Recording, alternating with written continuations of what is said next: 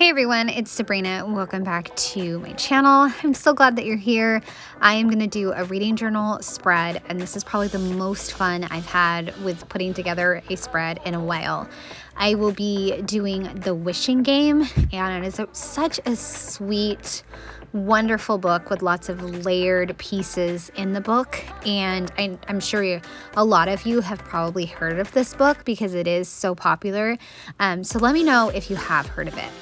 So when I saw this cover, I knew I wanted to recreate it, and I thought at first I might use some bookshelf stickers that I have, or I could just possibly make my own bookshelves with this stamp that I have and that I've used in this journal to make my shelves. But I wanted to do something a little different, and then I saw Paige Evans did like paper piecing for a Halloween shelf, and I was like, oh, that's a good idea. And so I decided to take the stamp and stamp it on a variety of different pieces of paper, colored cardstock, and go ahead and make my bookshelves that way. And I'm so glad I did. And if at some point I'm like, okay, this is too much, with the bookshelves, I will go ahead and speed it up for you guys and put on some music. But I have, I think, 5 different colors, I want to say, and I put black washi down at the bottom just so that way I'd have like a foundation for my bottom bookshelves.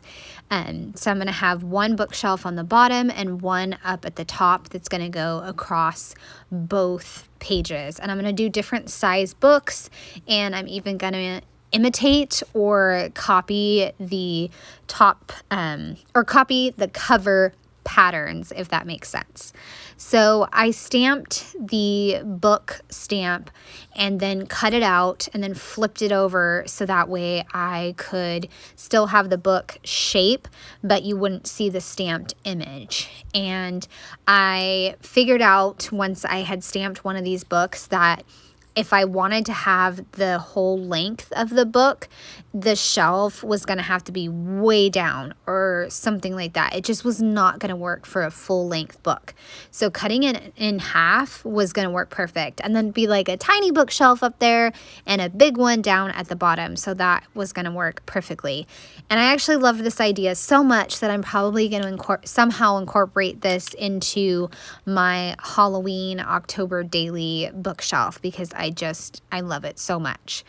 So I have pink, purple, orange, red, brown, and I think I pull some green later on. But I just take these books and I cut the different shapes and then try to place them where I want them. And of course, I'll glue them down and arrange them if I need to later on.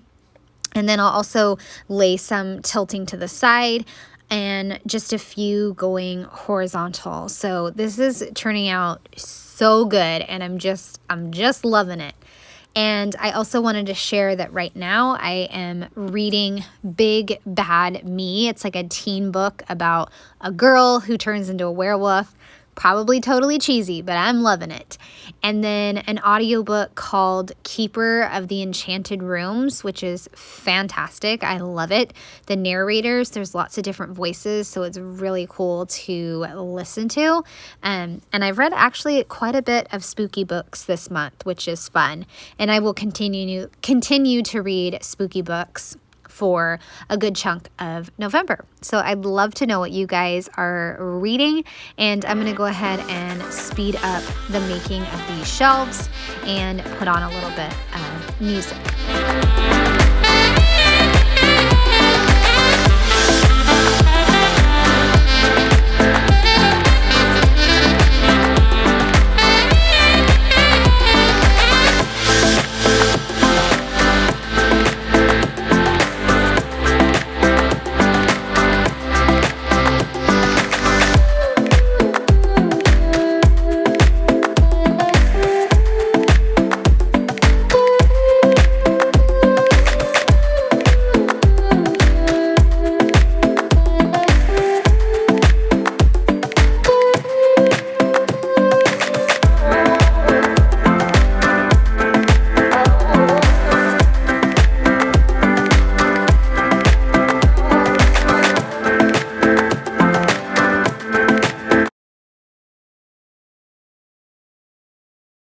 So now that I have them all cut out, I'm going to go ahead and start adhering them down to my shelves, and I grab a piece of scrap paper so that way I can kind of use that as my base for adding the adhesive. I could use my glue pen, but I figured the adhesive would be better for this project instead of getting my fingers all sticky with glue. And I try to stagger and space apart the cool tones or the warm tones. That way there is not two books that are kind of the same color. And I think it turned out great. I'm probably going to say that too many times, you guys, but it's so fun when one of your ideas turns out and you just have fun playing with your supplies. So yeah, it's really cool.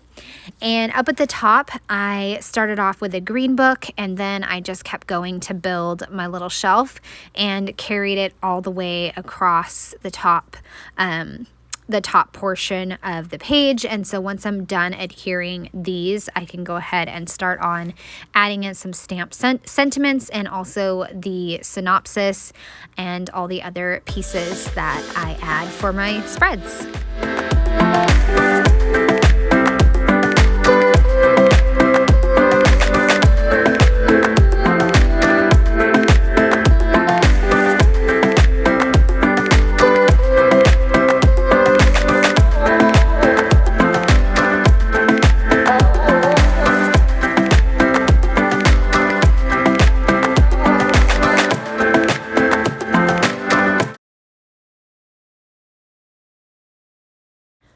Next up is the patterns for the books. And like I said earlier, I just took my inspiration from the actual book cover. And so I drew lines. I even used my white jelly roll pen. And on the black covered books, it looks kind of black. It's up in the top left corner. I drew lines, and I'm like, now I made it look like a zebra book, but that's okay. It still turned out cute. And I also added the white jelly pen to the green spines of my books with little dots, and I love how that one came out. I also did a squiggle on the purple books, just like the cover, so I really love that one. Same thing with the lines and diamonds, so it all turned out really good, better than I was expecting. So I just love how this book gave me the book cover gave me the inspiration for all these different covers, and I'm just going to finish all the patterns and get going on the next step.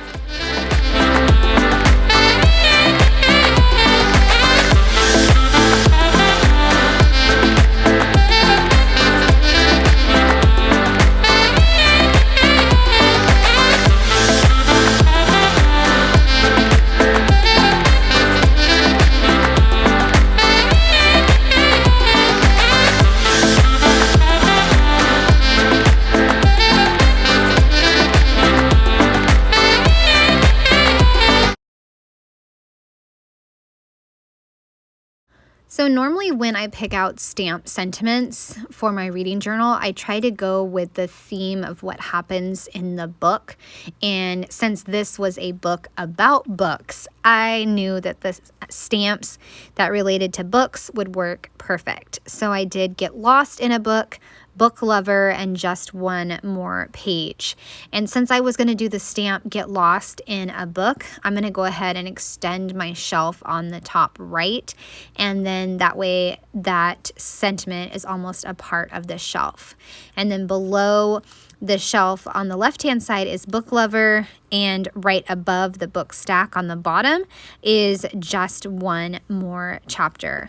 Now when I look at this book cover, it almost feels like there could be some sparkle to it, especially with the night scene and the stars. So I went ahead and grabbed this kind of gold ink from Ali Edwards and just a scattering of dots. And I'm going to go ahead and stamp that in different spots all over my shelves just to add a little bit of sparkle and again imitate the cover.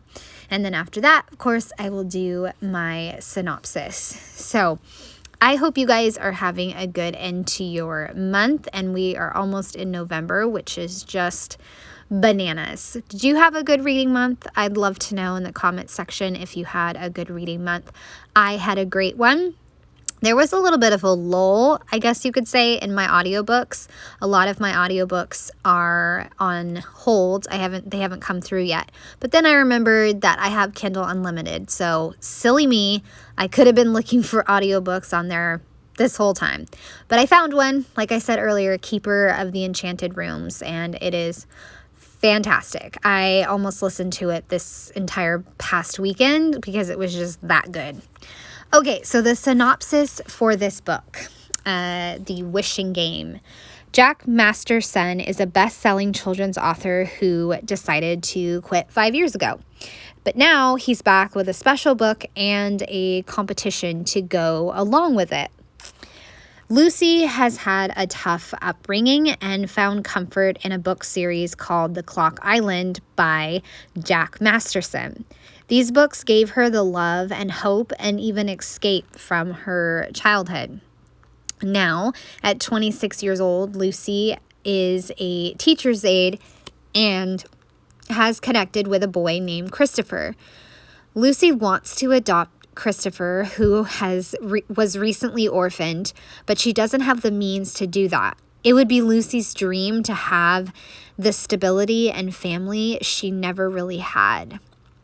Then comes news of Jack Masterson's new book and competition. Could Lucy achieve her dreams by winning the competition? But first, she will have to face interesting opponents and even a handsome and a little grumpy illustrator named Hugo. So that is my synopsis, and I was surprised with the synopsis on Goodreads and how much detail it went into for the book. I have not seen that detailed of a synopsis on Goodreads in a while, but there is so much layered pieces to this book, so I don't think the Goodreads gave anything away. Okay, so my thoughts on this book, you know that I love this book, especially because it is about books and the solace that you find in books and how books bring people together. So that aspect totally sold me, and I just loved that component. I also really loved the characters and how diverse and likable, and I know I probably say this word too much, but they had a lot of layers to them. So there was Hugo, the grumpy illustrator who gains confidence, and especially in terms of moving forward with his life. And then Jack is the eccentric elder-ish author. I wanted to say he's like a meddlesome grandpa, but I didn't write that, but I totally could have. And then Lucy is determined and loyal to her dreams. She really has these dreams, and I don't think that they're that much to ask for, stability in a family. And I just love her determination to keep seeing the best side of life and situations. I really loved the setting, which I felt was unique and engaging, and I'm not going to give too much away on that. There's also an underlying theme of found family, which I always adore. I just love that aspect because found family is so important sometimes. A lot of times, most of the times. And it's just a powerful book that, despite being on the shorter side in terms of pages, really packs a punch with characters and themes and settings. And of course, including the theme of books. So the first quote I wrote down was, "The stories write us, you see. We read something that moves us, touches us, speaks to us, and it changes us." I love it. That really summed up the book. And again, this was a book that I could have added in more quotes, but I tried to be selective, and I could have done a flip out or something to include more quotes, but I didn't. And that's something I want to consider too for next year's spreads when I'm thinking of next year's spreads. You can see I kind of flipped it over. I was like, oh, do I have more space on there? On the other side? I did not. So the other quote I had, or that I really loved, was, "When you gotta scream, you gotta scream." Loved that, because it is so true. Sometimes we all just need to scream, and I think we need to scream more often. Just let it out. The second quote was, "Life can only be understood backwards, but it must be lived forwards," which is a very profound quote. Yeah, that's a quote to think about, right? And in the bottom, I have my rating box, and I totally made it too small. So I'm going to have to squish in my number. But the genre is, of course, fantasy, romance, magical realism, and books about books. And I gave it a 5-star. I actually went back to a previous spread before I let go to figure out what the number of the book was. So I figured out what that number was and then just counted up from there to figure out what number the wishing game was, which it was 115. You guys, I'm trying for something crazy. I am trying for 150 books. But mind you, according to Goodreads, I'm already at 130. So I'm going to try to go for 150. We'll see. But I hope you guys have enjoyed seeing this come together. I would love a thumbs up or a subscribe if you are new to my channel. Have a wonderful day. Bye.